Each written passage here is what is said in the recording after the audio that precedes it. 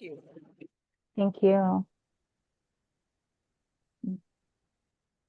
Delisa, her speech title, A Grandmother's Love, a long journey to prepare to be a professional speaker, taking 5-minute speeches and crafting them into 20-minute talks is one portion of that journey, along with having a talk recorded so it can be placed on a website is key. Delisa will tell a tale about her grandmother's love, inviting you to remember a time, perhaps in childhood, when you knew you were loved. A grandmother's love. Delisa. Thank you, Madam Toastmaster. I invite you to think, as I'm telling my tale, about a time when you felt truly, truly loved. When I was a child until age 10, I lived next door to my grandmother, and I knew she loved me. When I went to her house, she'd call me my little gullig vännen, which in Swedish means my little golden friend. Gullig vännen, she would say. I remember one summer, she said, let's go to the garden and see if the raspberries are ripe. And we picked raspberries on a warm summer day and ate them in a bowl with cold cream on top. I can still feel that warm raspberry cold cream essence in my mouth when I think about it. She was so fun to goof around with. She played a game with me. She'd say, why don't you run to your house? Which was up a little walkway, up a little driveway, and pretty much right next door. Run to your house and see if you can hear the alarm clock. And she'd turn the alarm clock on a little buzzing, and I'd run to my house, and then I'd run back and say, I couldn't hear it. She goes, what if I turn on the alarm clock and the buzzer on the oven? Now run to your house and see if you can hear it. And I'd run to my house and I'd run back and say, no, I can't hear that. Oh, well, what if I turn on the alarm clock and the buzzer on the stove and the radio? See if you can hear that. And I'd run to my house and say, no, I can't hear that either. Well, how if I turn on the television and the radio and the alarm clock and the buzzer on the stove? Can you hear it now? And I frankly can't remember if I ever said yes. But I'm pretty sure that was a good way to distract a little girl running back and forth and back and forth. I also remember one day saying to my mom, I'm running away from home. And she said, really? Where are you going to go?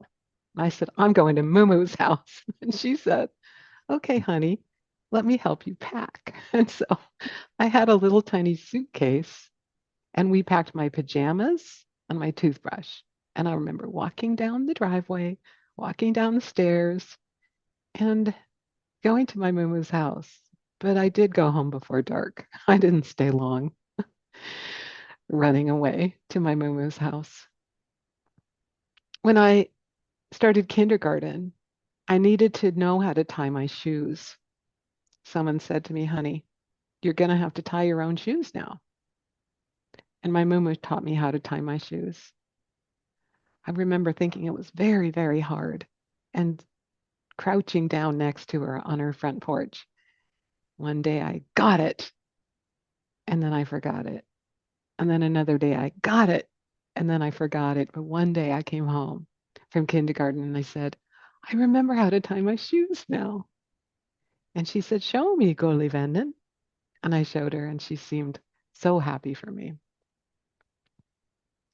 I also recall one day standing in her living room and watching her drink her coffee. Now, this is the 1950s. You know how we made coffee back then? It was in a percolator. When you poured coffee out of the coffee pot, it was boiling hot.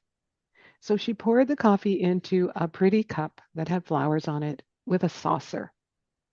And she put a sugar cube in her mouth. And she poured some of the coffee in the saucer. And she'd say, so hot, so hot. And she'd slurp it up. It's easier if you drink it out of the saucer first, she'd say. I remember gazing at her and thinking, how can she talk and drink coffee and have a sugar cube in her mouth? I never understood that. I've tried to do that as an adult, and the sugar cube just dissolves in my mouth so fast, it's not still in there. I remember many, many times just being at her house and knowing that she really loved me. When I went to kindergarten, there was a play area that was really fun. And in that play area was a mirror that I loved so much that one day I took it home and I showed it to my Mumu. And I said, Mumu, look at this mirror. Isn't it beautiful? And she said, oh, yeah. Hmm. Did everyone in your class get one of these? I said, no. Oh, so you took it? Yes. Hmm. Don't worry, she said, I won't tell anyone. And soon my father was having a conversation with me about the mirror. And he said, you know what? I promise I won't tell your mom if you take it back to school tomorrow. Now, I was a little girl. I wore a little dress to school. How did I get that mirror home? Well, I put it in my underpants. And I thought, how am I going to take it back? Well, I took it back exactly the same way. I put it in my underpants. And when no one was looking in the little play area, I put it back. I know that my Mumu loved me so much. I can still feel her love now. Who loved you? Who loved you completely so that you can still feel it now? They say if you were truly loved as a child, you'll be okay. If you knew one person really loved you, you'll be okay.